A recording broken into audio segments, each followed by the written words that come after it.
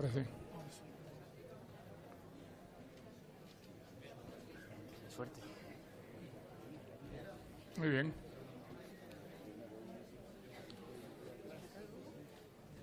Creo que no. Listo. ¿Dónde nos sentamos? ¿Dónde prefieres? Allá. Si quieres.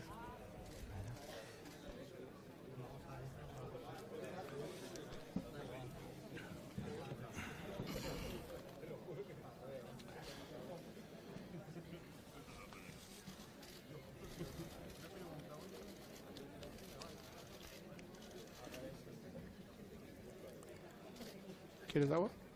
Vale, gracias.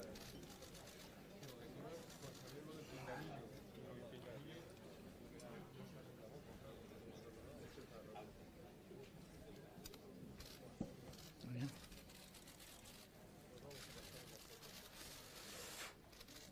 Bueno, muy buenas tardes. Les agradecemos su presencia en este día que en teoría debía ser veraniego, pero que nos ha sorprendido con un aguacero bogotano, un aguacero, no sé, islandés. El anacronismo de mi pinta en comparación con la de Mario se debe a que esto inicialmente lo íbamos a hacer al aire libre, en un entorno mucho más de festival, pero bueno, no fue posible y creo que de todas formas este entorno se presta más al tipo de acto que tenemos preparado para esta tarde. Quiero empezar agradeciendo, como siempre, a los directores de los cursos de verano. Este es el 6º año que nos acogen. Ya tenemos una larga historia en la que Mario ha tenido un papel protagónico porque nos ha acompañado aquí hablando de Cortázar, de Octavio Paz, de Borges, de los vanguardistas peruanos, y hoy viene a hablar de García Márquez. Era la pieza clave de la literatura latinoamericana que nos hacía falta, que no habíamos abordado, o cuya obra no habíamos tratado en el curso, y siendo este 2017 el año en que se cumple el 50º aniversario de la publicación de 100 años de soledad, consideramos que era oportuno referirnos a este autor indispensable. Lo que vamos a hacer acá es realmente especial. Si lo observamos bien, es casi como si estuviera Camus hablando de Sartre, como si estuviera Tolstoy hablando de Dostoyevsky, como si estuviera Faulkner hablando de Virginia Woolf o de James Joyce. Es realmente un titán de la literatura hablando de otro titán que fueron contemporáneos, que fueron grandes amigos, que finalmente quizás la política los separó al final de sus días, al final de los días de García Márquez, desde luego. Menos mal, menos mal.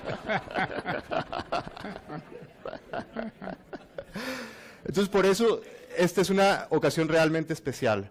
Entre el público está Gerald Martin, que es el biógrafo inglés de García Márquez y que ahora está escribiendo la biografía de Mario, y no ha hecho otra cosa que aterrorizarme, diciendo que bueno, que me estoy jugando mi futuro, pero que no me preocupe, que intente no pensar en eso y que le formule todo tipo de preguntas, todo lo que se me ocurra.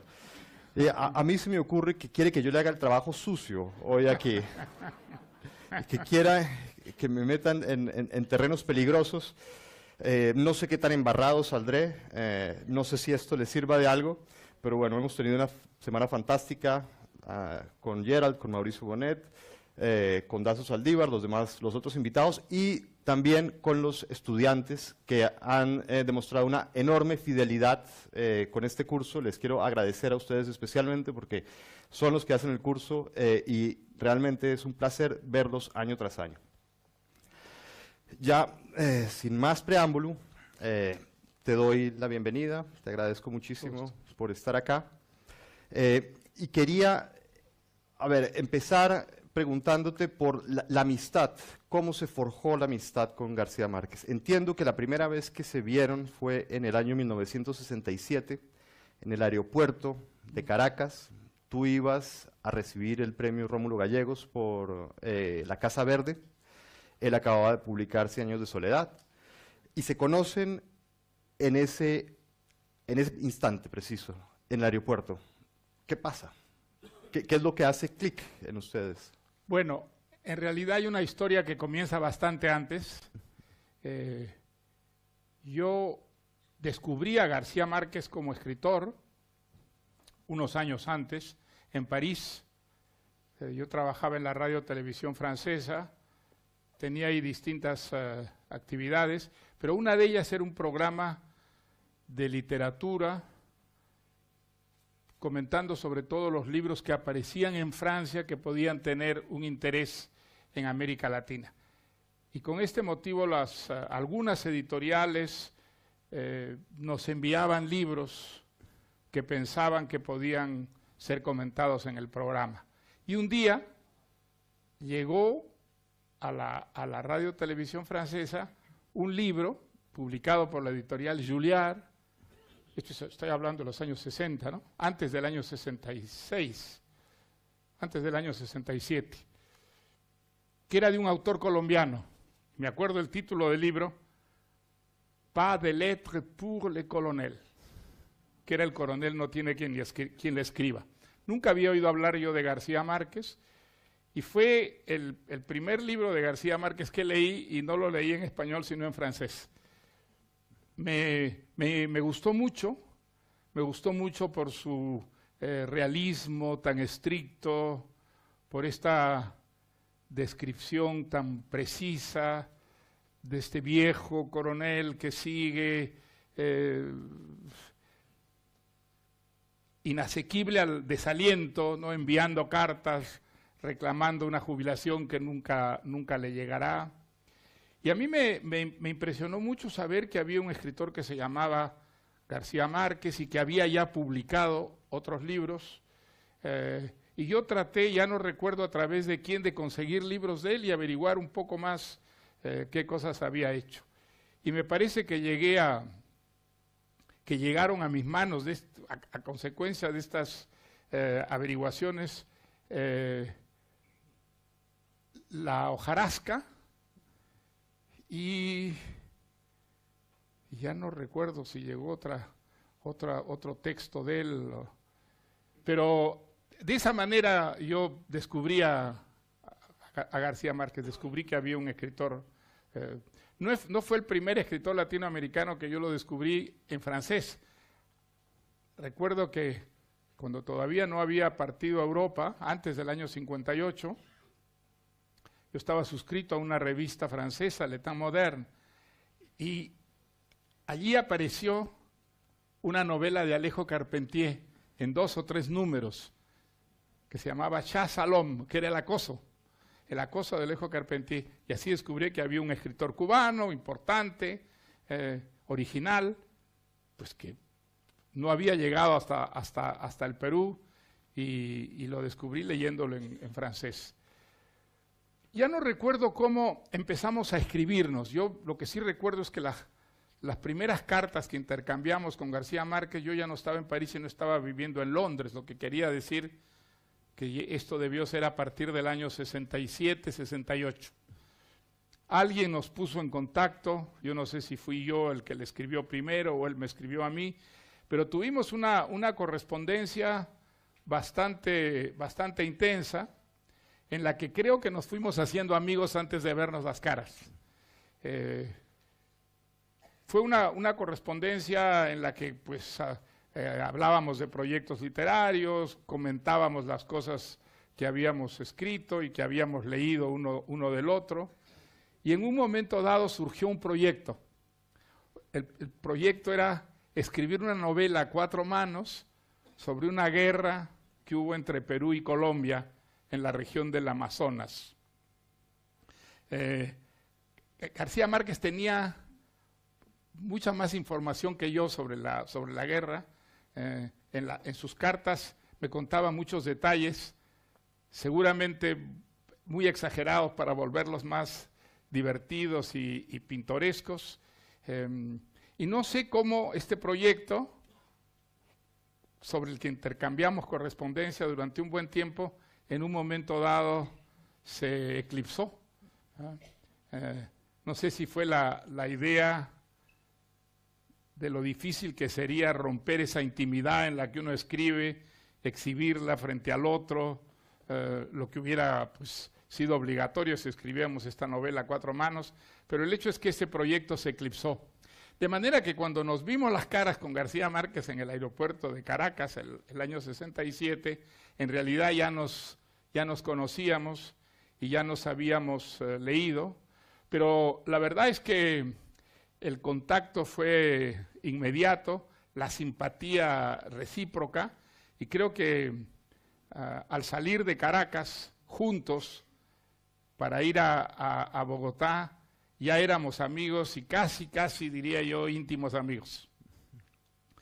Luego pues estuvimos juntos en Lima, donde yo le hice una entrevista pública en la Universidad de Ingeniería. La Universidad de Ingeniería tenía un rector que era muy activo, muy dinámico, que creía mucho en la cultura, y entonces la Universidad de Ingeniería patrocinaba cosas que San Marcos o la Católica, que eran las otras universidades importantes del Perú, no lo hacía.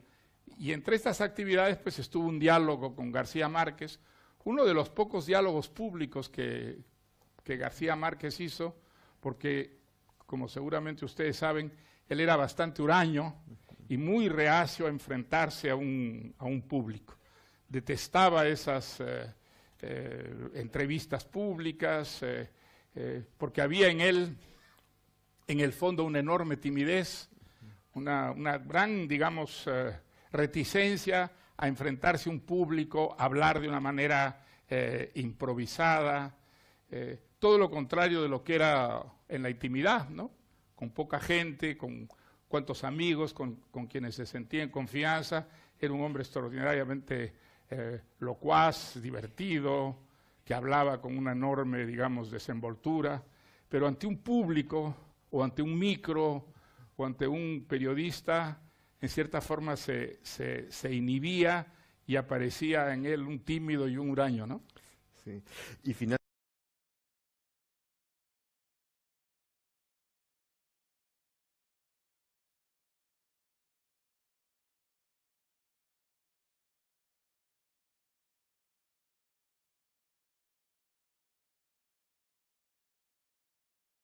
práctica bastante entendida, por otra parte, bastante extendida, por otra parte, en la América Latina de esos años. Felizmente las cosas han cambiado desde entonces, y un editor podía publicar a un autor sin consultarle siquiera. A él le irritó siempre mucho esa edición, le molestó muchísimo, aunque la edición era muy fiel, ¿no? Porque había grabado la entrevista y apareció, pues quizá habría algunas erratas, pero digamos era muy fiel a lo que ocurrió en ese diálogo. Pero García Márquez nunca le perdonó al editor esa piratería. hay muchas similitudes entre la biografía de García Márquez y tu biografía. Por ejemplo, ambos fueron criados por la familia, los abuelos maternos. Ambos tuvieron una relación conflictiva con el padre. Ambos estuvieron en colegios internos. Ambos empezaron a trabajar como periodistas muy jóvenes. ¿Estas coincidencias ayudaron a que se forjara esta amistad? ¿O qué pasó cuando empezaron a ver que había tantas similitudes en las biografías? Yo creo que había contribuyeron mucho a esa cercanía entre los dos, y fueron las lecturas. Los dos éramos grandes admiradores de Faulkner. Me acuerdo que en esa correspondencia que intercambiamos, pues hablábamos mucho de Faulkner, hablábamos mucho de la enorme impresión que nos había hecho leerlo, la manera como nos había educado la lectura de Faulkner, cómo nos había puesto en contacto con lo que era la técnica moderna, ¿no? La manera de contar más moderna, sin respetar la cronología, cambiando los puntos de vista. Creo que el común denominador, digamos, mayor entre nosotros fueron esas lecturas. Él había tenido una enorme influencia de Virginia Woolf, por ejemplo, hablaba muchísimo de Virginia Woolf. Yo había tenido una gran influencia de Sartre, al que yo creo que García Márquez ni siquiera había leído. No tenía mayor interés por lo que para mí había sido muy importante en mi formación, los existencialistas franceses, ¿no? Camus creo que sí, pero él había leído más bien literatura anglosajona muchísimo, literatura inglesa, y creo que, digamos, al mismo tiempo los dos estábamos descubriendo, como otros escritores latinoamericanos, que éramos latinoamericanos, que más que colombiano él, más que peruano yo, pertenecíamos a una patria común de la que hasta entonces habíamos conocido poco, con la que nos habíamos identificado apenas. No sé si García Márquez podría decir lo mismo que yo descubrí América Latina y descubrí que era latinoamericano y descubrí la literatura latinoamericana en Francia. Cuando yo descubrí que no sería nunca un escritor francés, descubrí que era un escritor latinoamericano, aunque hasta entonces no lo sabía. La razón era muy sencilla, supongo que la padeció García Márquez igual que yo. En nuestros países, en América Latina, la comunicación en los años 50, 60 era mínima. Nosotros en el Perú no sabíamos qué ocurría en la literatura ecuatoriana, colombiana, chilena, y me imagino que un escritor colombiano pues no sabía lo que ocurría en Venezuela ni en el Perú. Las excepciones eran México, Argentina, porque como había ahí un movimiento editorial, sí, nos llegaban libros de Argentina y de México, pero la conciencia que existe hoy en día de América Latina como una unidad cultural, prácticamente cuando yo era joven no existía. Por lo menos en el Perú no existía, los escritores peruanos no se sentían latinoamericanos, se sentían peruanos y tenían referencias culturales con Estados Unidos, con Inglaterra, con Francia, con Italia, mucho más que con los países latinoamericanos.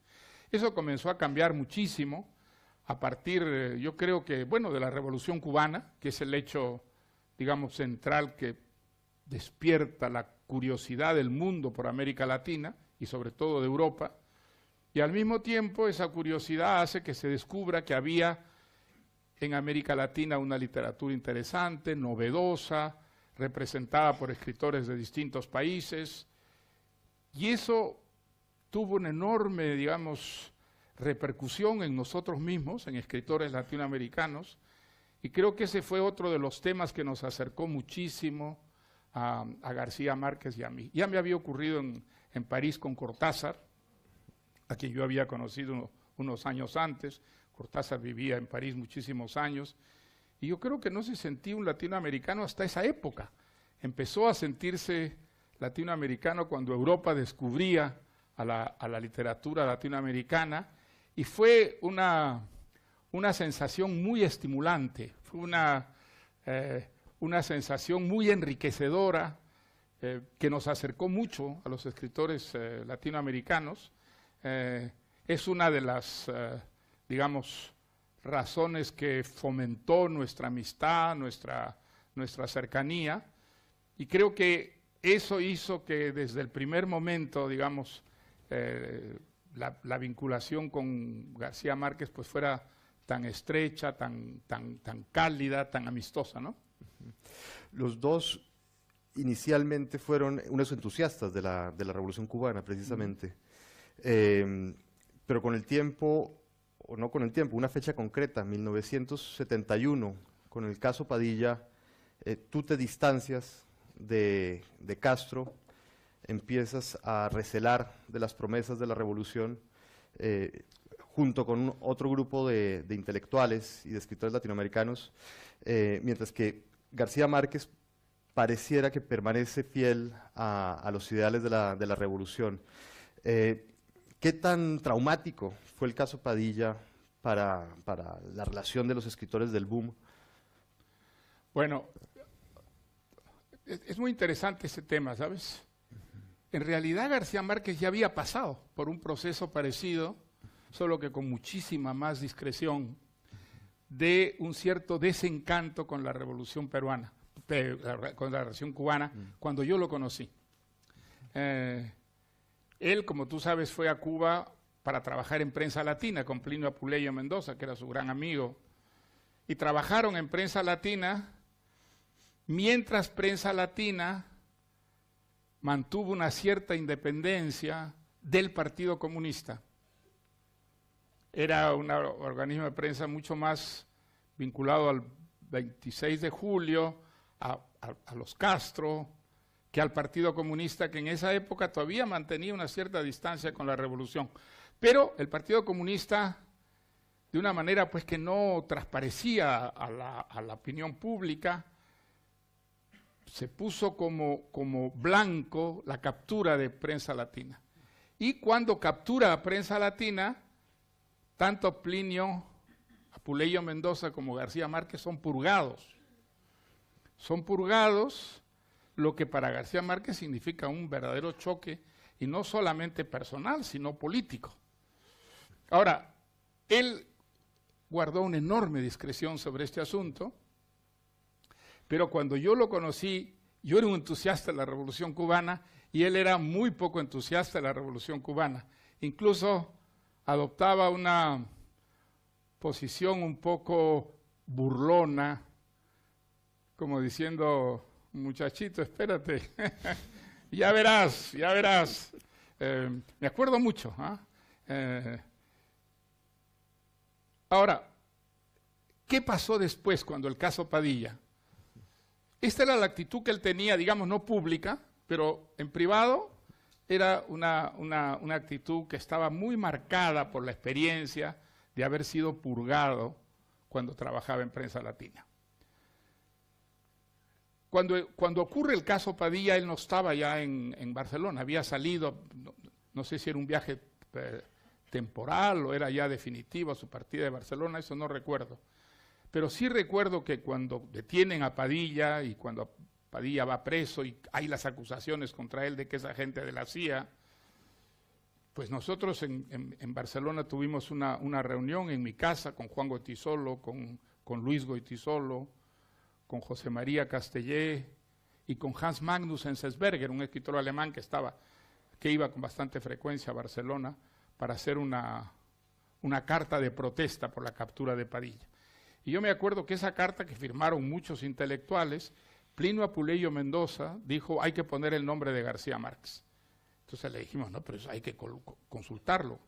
No podía consultarle porque no sé dónde estaba en ese momento García Márquez y viajando. Y entonces él decidió poner la firma de García Márquez. Por lo que yo supe, García Márquez protestó enérgicamente, le escribió a Plinio Apuleyo, yo ya no tuve contacto con él, y la segunda protesta que nosotros hicimos, luego de que salió el propio Padilla de los calabozos, acusarse de ser agente de la CIA, en fin, y acusarnos a todos los que lo habíamos defendido de ser agentes de la CIA también, una cosa completamente disparatada, nosotros hicimos una segunda carta que García Márquez ya no quiso firmar. Entonces él no quiso firmar y a partir de entonces la postura de García Márquez cambió totalmente contra Cuba. Se acercó mucho a Cuba, empezó a ir a Cuba, que no había ido desde la época en que él fue, como digo, purgado de Prensa Latina, y empezó a manifestarse públicamente a favor de la Revolución Cubana, a aparecer fotografiado con Fidel Castro y bueno, digamos, a mantener esa relación que estuvo hasta el final, que era de una gran cercanía a la Revolución Cubana. ¿Qué pasó exactamente? Yo no lo sé, yo no tuve ya nunca una conversación con él después del caso Padilla. ¿Qué lo convenció?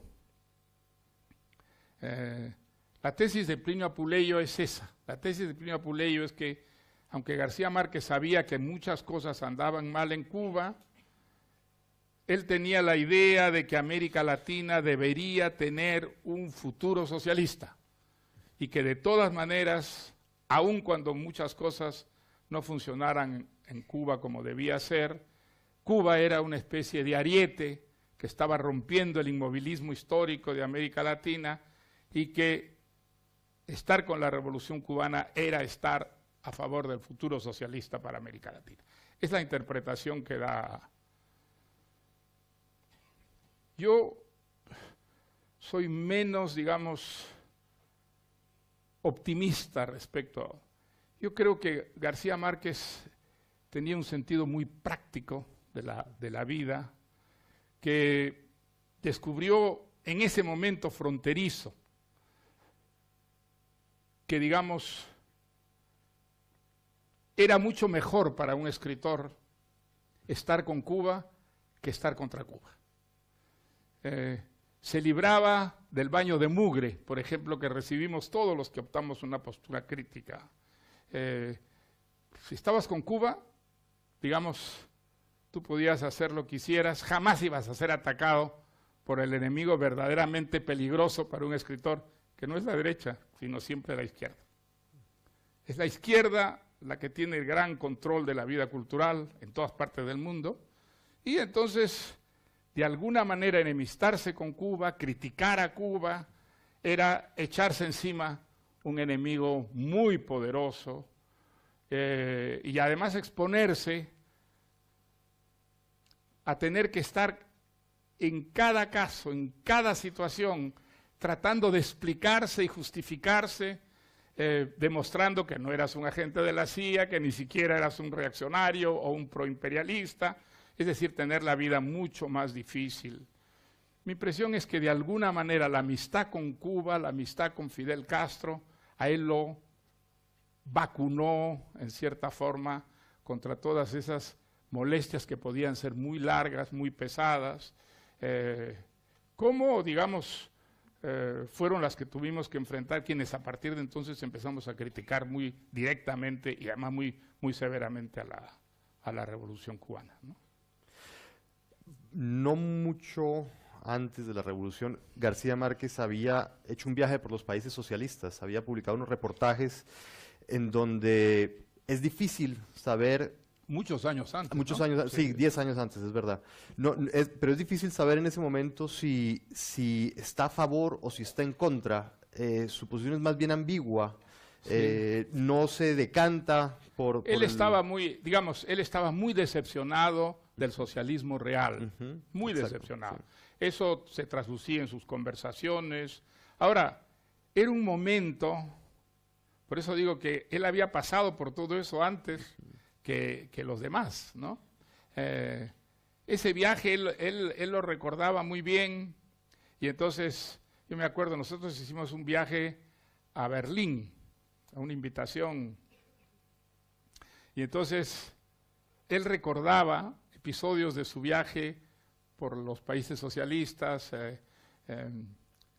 y hablaba desde el escepticismo más profundo, o sea, no era para nada alguien al que le hubieran metido el dedo a la boca, ni muchísimo menos. Al mismo tiempo era muy prudente, digamos, nosotros estábamos muy entusiasmados, queríamos, digamos, que todo aquello funcionara mucho mejor de lo que en realidad funcionaba, y él miraba eso con mucha ironía y con mucha distancia. Nunca le vi un entusiasmo a García Márquez por la Revolución Cubana en los años de Barcelona. Digamos, él no atacaba la Revolución Cubana, pero, digamos, había vivido una experiencia que de alguna manera lo había cargado de desencanto y de escepticismo. ¿Qué pasó exactamente luego del caso Padilla? Pues bueno, digamos, ya te digo que hay dos interpretaciones muy distintas, y bueno, será la posteridad la que diga cuál es la más válida, ¿no? ¿Cuál dirías que era la ideología de García Márquez? ¿Tú dirías que era un socialista o dirías que era un antiimperialista? Mira, él había tenido una formación de hombre de izquierda, como es lógico, ¿no es cierto? En América Latina era imposible no ser un joven de izquierda si tú eras un intelectual, si tú eras un escritor, si tú tenías una vocación literaria. ¿Cómo podía ser de derecha cuando esos países, por culpa de la derecha, se habían quedado atrasados, habían tenido dictaduras terribles, eran países donde el analfabetismo pues tenía unos porcentajes verdaderamente horrorosos, donde además las desigualdades sociales eran tan gigantescas, ¿no es verdad? Entonces era imposible no sentir que la izquierda era lo que podía corregir todo eso. Y por otra parte, digamos, la izquierda latinoamericana era una izquierda un poco residual, era una izquierda porque era una izquierda, hay que recordar, que son los años del estalinismo crudo y duro, ¿no? Entonces, digamos, la izquierda era muy sectaria, era muy dogmática, sobre todo los partidos comunistas y los partidos que estaban muy cerca de los partidos comunistas. Y eso les había impedido crecer, eran partidos un poco marginales, ¿no es verdad? Un escritor venezolano, amigo mío, decía que había estado en el Partido Comunista, decía una cosa muy divertida, decía, éramos pocos, pero bien sectarios. Bueno, entonces, la izquierda era lo que naturalmente atraía a un joven escritor que decía, ¿en qué país voy a ser yo escritor? Un país donde hay muy pocos lectores porque hay enormes sectores del país o que no leen o que no están en condiciones de comprar libros. Y entonces, esto tiene que cambiar. ¿Cómo me puedo identificar yo con el statu quo, con el establishment en países así? Entonces, él había tenido una formación de izquierda y vivió sin ninguna duda el enorme entusiasmo que representó el triunfo de la Revolución Cubana. Eso fue algo absolutamente extraordinario. Yo creo que ocurrió en el mundo entero, pero sobre todo en América Latina, el triunfo de una revolución que además había seguido todo este proceso heroico de los barbudos luchando en la Sierra Maestra contra un ejército, un movimiento que además no era un movimiento identificado con el Partido Comunista, era un movimiento que parecía mucho más socialista, liberal que comunista. Entonces, pues, digamos que los barbudos entraran a La Habana, fue una victoria que celebramos, toda mi generación, y la de García Márquez, como una salida del túnel. Por fin parecía que América Latina, digamos, había encontrado una fórmula que iba a hacer posible un socialismo no sectario, no dogmático. Y esto, los primeros tiempos de la Revolución, Fidel lo alentaba muchísimo en sus discursos, diciendo que él no era comunista, había convertido los cuarteles en escuelas, había una movilización para acabar con el analfabetismo, con las brigadas de alfabetización. Entonces todo eso provocó un enorme entusiasmo, y García Márquez con Plinio Apuleyo se van a trabajar a Cuba inmediatamente identificados con la revolución. Pero digamos, una cosa es el mito y otra cosa es la realidad, y ellos viven desde adentro un proceso que era completamente, digamos, invisible para el público no cubano, quien no estaba realmente metido allí, y viven la experiencia de ser purgados. Plinio, digamos, lo dice más claramente, muestra claramente su desencanto. García Márquez, mucho más prudente, no lo dice, pero sí lo vive desde adentro, y creo que todos los que lo conocimos antes del caso Padilla, antes de que estallara el caso Padilla, lo percibíamos clarísimamente porque no compartía nuestros entusiasmos, bueno, nuestras ingenuidades, ¿no? Respecto a lo que era la verdadera revolución y el mito de la revolución que nosotros queríamos que se identificara con la realidad, ¿no? En los años previos al caso Padilla estuviste muy metido con la obra de García Márquez porque estabas preparando la tesis doctoral con la que te recibiste como doctor y cuyo diploma recibiste justamente el año pasado en el curso de verano, 31 años después, en el marco del curso que organizamos sobre Borges. Bueno, a mí me deslumbró 100 años de soledad. Me habían gustado mucho las obras de García Márquez antes de 100 años de soledad, pero leer 100 años de soledad para mí fue una experiencia deslumbrante. Me pareció realmente una novela magnífica, extraordinaria. Inmediatamente de leerla escribí un artículo, recuerdo, que se llamaba El Amadís en América. Yo en ese tiempo era un entusiasta de las novelas de caballerías y me parecía que por fin América Latina había tenido su gran novela de caballerías, donde el elemento imaginario pues prevalecía, sin que desapareciera el sustrato real, ¿no?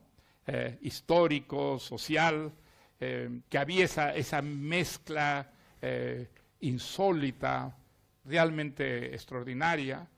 Y creo que, digamos, esta impresión mía fue una impresión compartida por un público muy, muy grande, ¿no?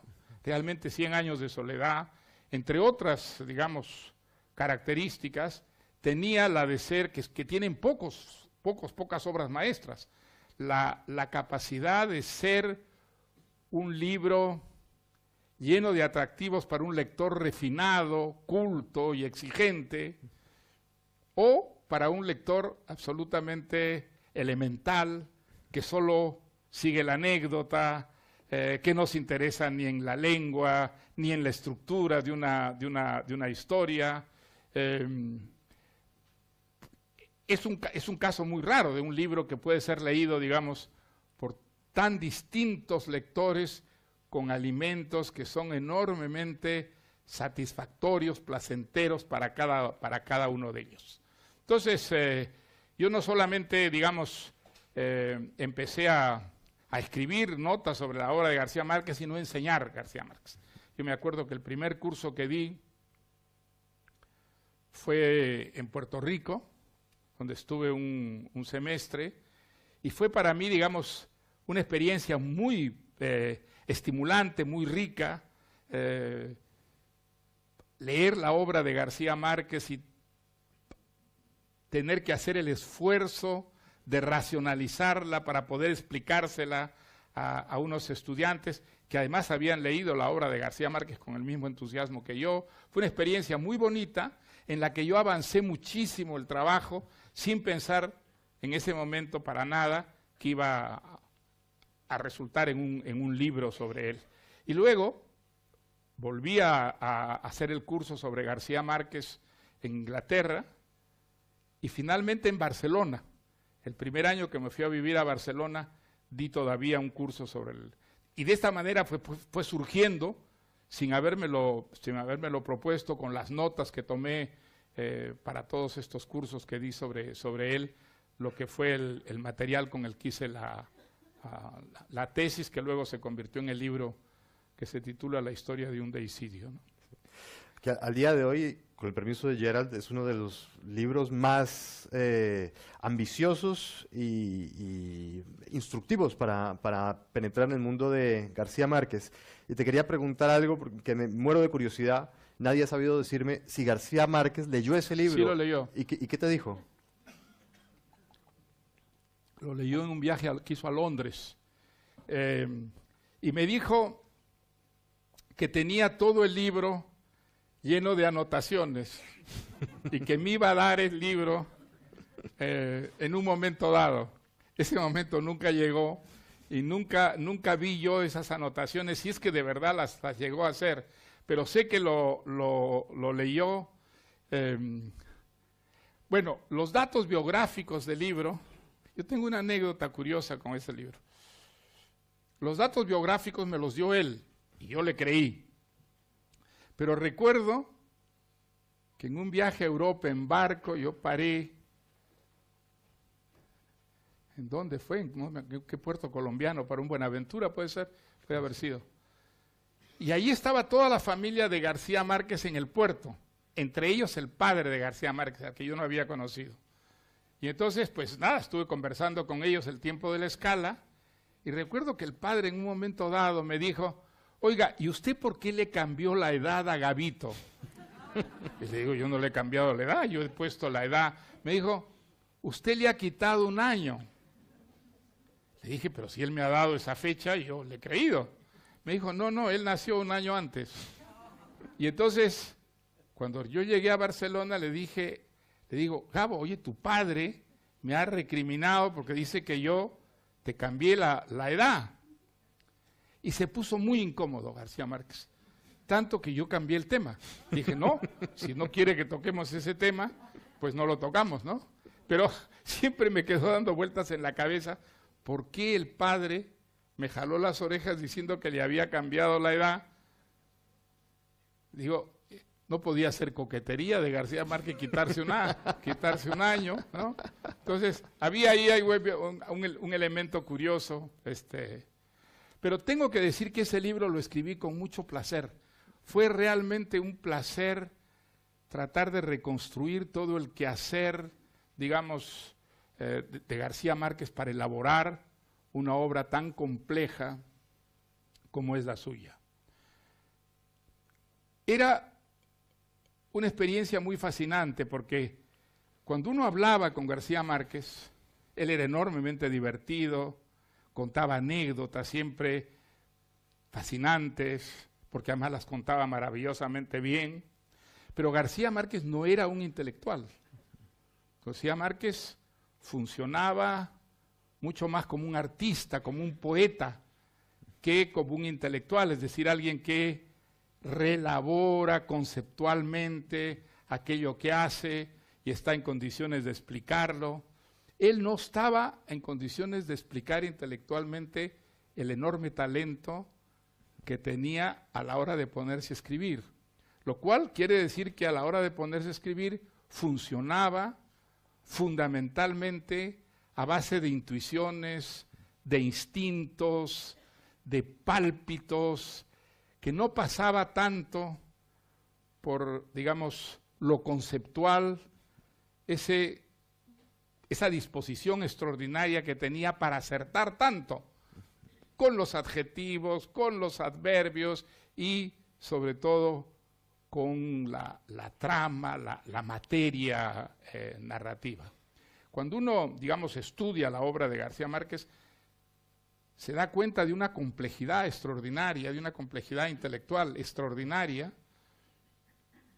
Y yo tenía la sensación, en esos años que fuimos tan amigos, de que él no era consciente muchas veces de las cosas mágicas, milagrosas que hacía a la hora de componer sus historias, a la hora de fantasear sus historias. Quizá por eso le molestaba tanto a García Márquez el intelectual. Una persona como Octavio Paz, por ejemplo, él podía admirarlo, pero siempre a mucha distancia, porque la idea de alguien que pensaba siempre, que pensaba sobre todo, que todo quería entenderlo y explicarlo, a él era realmente la antípoda de lo que él era en verdad. Entonces, ese contraste para mí fue muy, muy interesante mientras trabajaba en ese libro, ¿no? En el 67 se publica 100 años de soledad, es un gran fenómeno literario, tiene muchos lectores, se generan muchos textos sobre la novela, se empieza a decir que es una metáfora de América Latina o una suma simbólica del continente. Yo quería preguntarte, ¿qué visión crees tú que tenía García Márquez de América Latina? ¿Cómo veía él el futuro de América Latina? Bueno, él era profundamente latinoamericano, ¿no? Sus mitos, su lenguaje, su manera de ser, sus gustos, tenían que ver profundamente con América Latina, aunque América Latina para él pues había sido Colombia y México, ¿no? Prácticamente eran los dos países que conocía, dentro de los que había transcurrido gran parte de su vida. Entonces era un latinoamericano esencial, sin ninguna duda. ¿Qué es lo que quería para América Latina? Pues seguramente quería cosas muy sensatas, que América Latina saliera de su desarrollo, que América Latina fuera socialista. Su idea del socialismo era una idea muy sui generis, yo creo.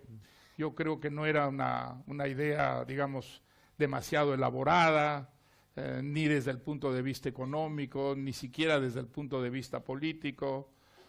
Dudo mucho que en los años que estuvo tan cerca de Cuba, viera en Cuba el prototipo de lo que pensaba o quería que fuera América Latina en el futuro. Sobre eso él no ha dejado prácticamente, digamos, ningún testimonio, no ha dejado ningún escrito, entre otras cosas porque no era un intelectual, no quería ser un intelectual y ese era un trabajo fundamentalmente intelectual. Ahora, de la obra de García Márquez, ¿qué idea de América Latina se desprende?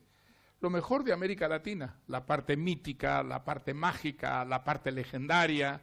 Digamos, América Latina no es, pero sí es, por contradictorio que parezca, lo que es en la obra de García Márquez. En toda la fealdad de América Latina él podía encontrar belleza, porque tenía una prosa que convertía en bello lo feo, ¿no es verdad?, en atractivo lo que era más bien repelente. Esa es la riqueza extraordinaria de la literatura. Pero clarísimamente los materiales de trabajo de García Márquez son profundamente latinoamericanos. Y él, si los escritores norteamericanos, ingleses, europeos que leyó lo habían marcado tanto, lo habían marcado porque con ellos él había podido trabajar una materia que era profundamente latinoamericana.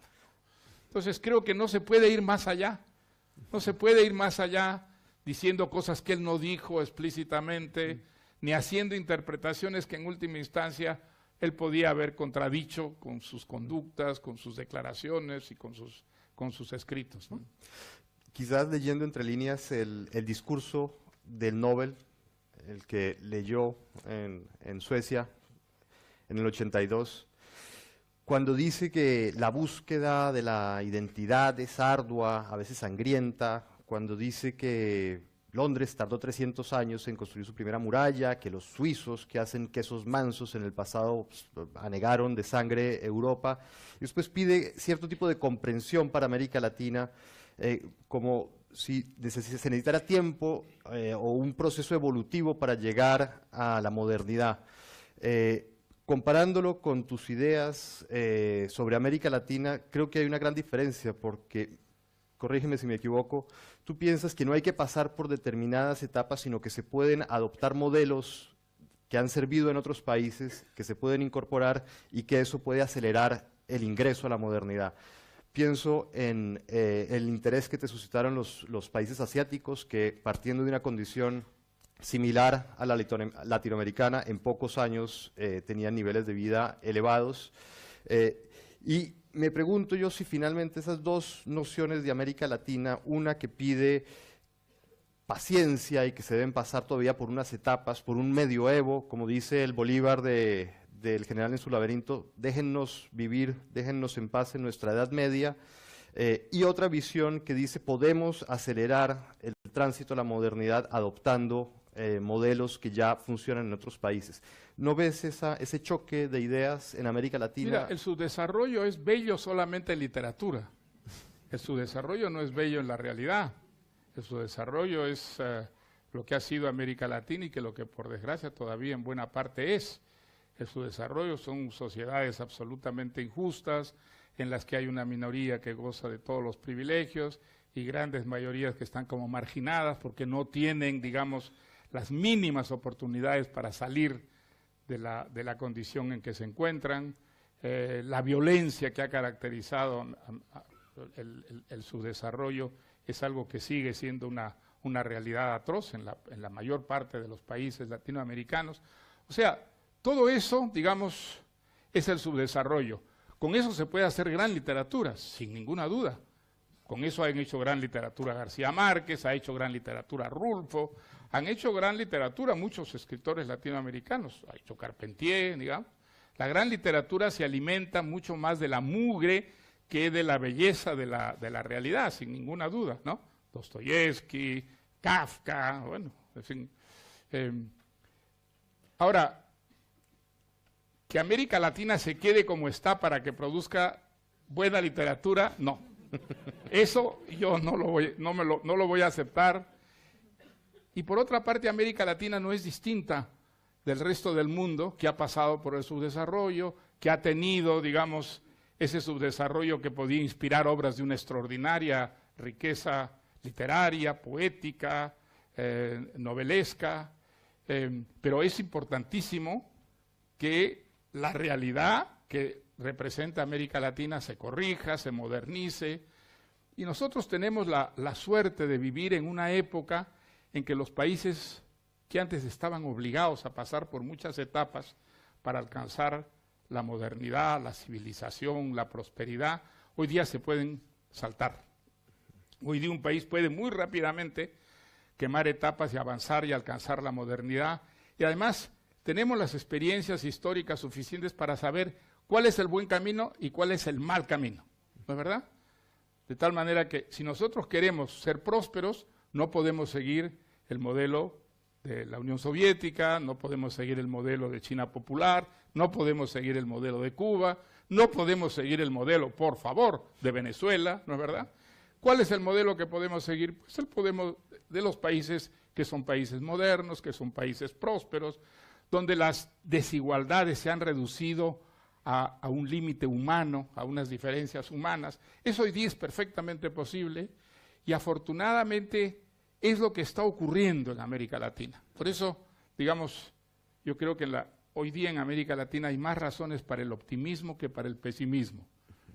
América Latina, si tú comparas la América Latina de mi juventud, que estaba llena de dictaduras militares de un extremo a otro del continente, hoy día no lo está. Hoy día las dictaduras son muy poquitas y tenemos gobiernos democráticos, corruptos, mediocres, sí, pero democracias corruptas y mediocres son siempre preferibles a las dictaduras. Las dictaduras son, digamos, la solución peor siempre y la que no da salidas, la que no permite, digamos, salidas pacíficas. Entonces, yo creo que América Latina hoy día, pues, en general, está mejor de lo que estaba antes y está por el buen camino. ¿Qué quiere decir el buen camino? El buen camino, esto no lo hubiera aceptado nunca García Márquez, por supuesto. El buen camino está en que la solución no son los cuarteles y no son las grandes utopías socialistas. Esos caminos ya los hemos recorrido, el resultado ha sido absolutamente catastrófico en ambos casos, y entonces, ¿cuál es el camino que queda? El camino que está siguiendo hoy día América Latina, no el del cuartel, no el de la revolución armada, sino el de la democracia, que es el camino menos violento, es el camino que tiene más posibilidades, digamos, de hacer crecer las clases medias, de reducir la pobreza. Hay que atacar, por supuesto, de una manera sistemática la corrupción, que es un cáncer que puede destruir a las democracias. Pero creo que ese camino, que para los impacientes es muy lento, es el único camino posible que no trae más violencia de aquella que quiere corregir. En ese sentido, América Latina no es diferente del resto de los países del mundo. Tú has citado el Asia, pues el caso del Asia es muy interesante, ¿no? Yo me acuerdo cuando yo era joven, nosotros hablábamos de la taiwanización como un horror en el que podía caer América Latina. Bueno, pues ese horror, Taiwán hoy día es un país moderno, es un país próspero, es un país sin pobres, y América Latina sigue siendo un continente con millones de pobres. Entonces, en el Asia se ha entendido más o menos cuál es el camino, y eso está dando muy buenos frutos, está dando frutos excelentes. Hay países que han despegado de una manera realmente extraordinaria, que han conseguido disminuir radicalmente la pobreza, que es el problema mayor en América Latina, la enorme pobreza de enormes masas de gentes que hacen imposible que ninguna institución funcione de verdad. La América Latina democrática, moderna, próspera, tendrá una literatura tan imaginativa como la de García Márquez y la de un Rulfo y la de un Borges. Yo no lo sé, pero digamos, creo que los países tienen la literatura que se merecen. Si merecemos tener una buena y rica literatura siendo países civilizados, pues la tendremos. Y si no, si tenemos una literatura pobre, si tenemos una literatura menos imaginativa, pues tendremos que conformarnos y leer a la literatura africana, que siendo pobre y miserable producirá seguramente una literatura tan rica y tan fantasiosa como la de García Márquez. El tiempo ha volado literalmente y nos queda poco espacio para seguir esta conversación, pero no quiero terminarla sin hacerte unas cuantas preguntas más, pocas y cortas, lo juro. Mencionabas ahora los dictadores. García Márquez escribió una novela de dictador. Tú, bastantes años después, escribiste otra novela de dictador, un dictador caribeño en tu caso. El de él era un pastiche, una especie de Frankenstein de muchos dictadores, pero también parecía estar situado en el Caribe y tenía muchos aspectos de Trujillo. Y sin embargo las novelas son radicalmente distintas. La imagen que tú proyectas de Trujillo es absolutamente repugnante, mientras que en la de García Márquez hay cierta ambivalencia. Incluso Gerald Martin se metió en grandes problemas porque se atrevió a criticar El otoño del patriarca, diciendo que no le había gustado el tono político de la novela, y casi pierde la oportunidad de escribir la biografía de García Márquez por esa impertinencia. Yo quería preguntarte, ¿cómo leíste esa novela tú? ¿Te gustó? ¿No te gustó? A mí no me gustó. A mí me pareció que la novela era, hombre, quizás sea un poco exagerado decirlo así, pero como una caricatura de García Márquez, que parecía imitándose a sí mismo, que el personaje no me parece nada creíble. Creo que a diferencia de los personajes de 100 años de soledad, que al mismo tiempo que son desenfrenados, que están como más allá de lo posible, son siempre verosímiles. Tiene la novela la capacidad de hacerlos verosímiles dentro de su exageración, dentro de su, digamos, inflación anecdótica. En cambio, el personaje del dictador me pareció muy caricatural, un personaje que era como una caricatura de García Márquez. Y además me parece que la prosa no le funcionó, que él intentó en esa novela un tipo de lenguaje muy distinto del que había utilizado en las novelas anteriores, y que no le salió, que no era una prosa que diera, digamos, verosimilitud, persuasividad a la historia que contaba. A mí me parece de todas las novelas que él ha escrito la más floja. Ahí se toca el tema del poder. García Márquez sintió mucha fascinación por personajes poderosos, sí, como Torrijos o Castro. ¿Tú intuías eso de su personalidad? ¿Te sorprendió cuando finalmente...? No, él tenía una fascinación enorme por los hombres poderosos, sí. Él tenía una gran fascinación. A él le parecía que, hombre, su fascinación era no solo literaria, sino también vital, ¿no es cierto? Un hombre que es capaz, digamos, de cambiar las cosas a su alrededor por el poder que tiene. A él le parecía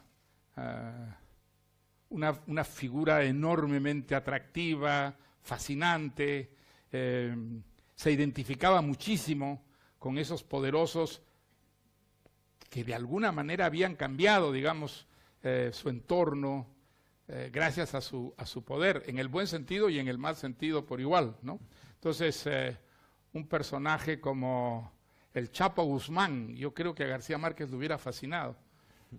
Inventar un personaje como el Chapo Guzmán o como Pablo Escobar, estoy seguro que para García Márquez eso era absolutamente tan fascinante como Fidel Castro o como Torrijos, ¿no?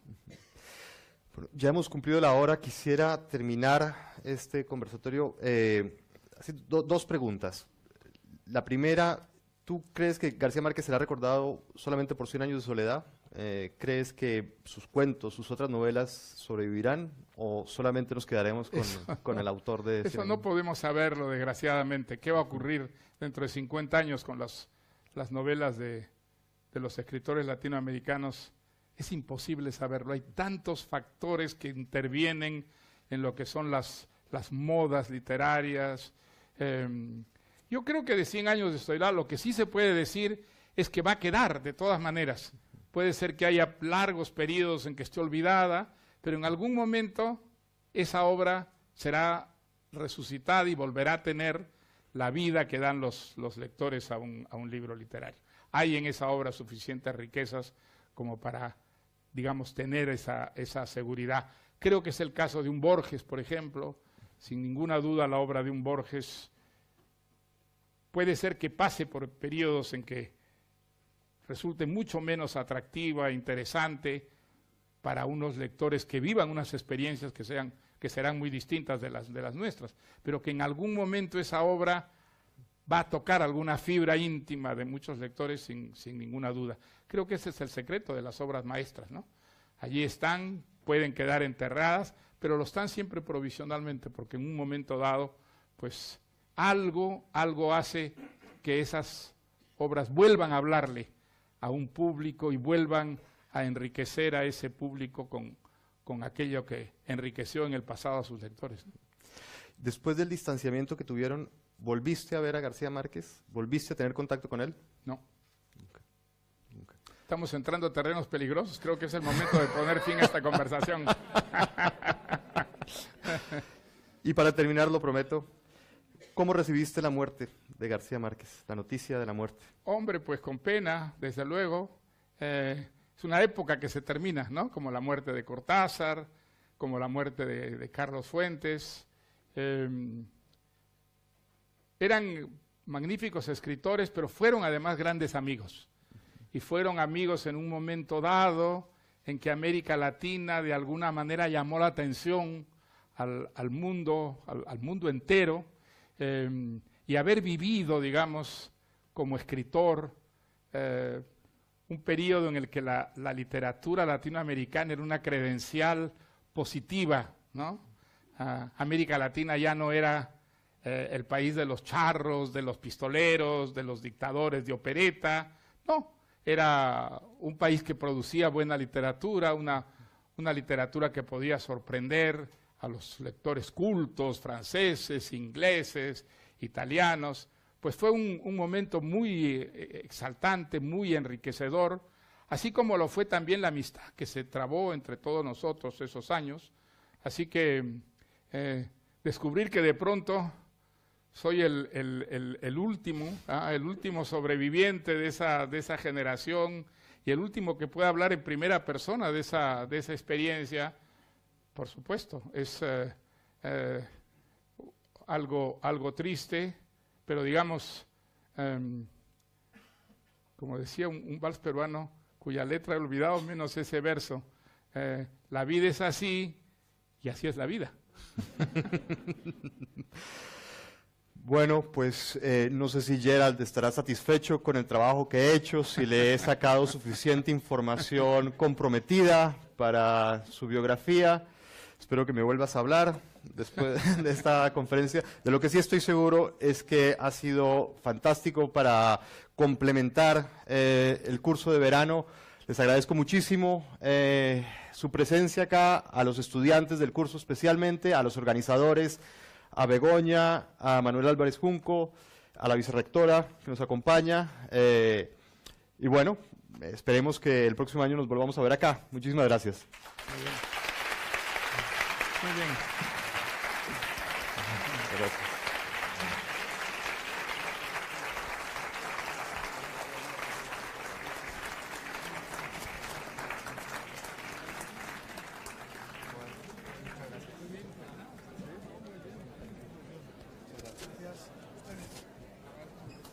Se quedó medio atracado, me parece. Sí. Muy bien, Carlos. Muy bien. Muy bien, Carlos. Gracias. Bueno.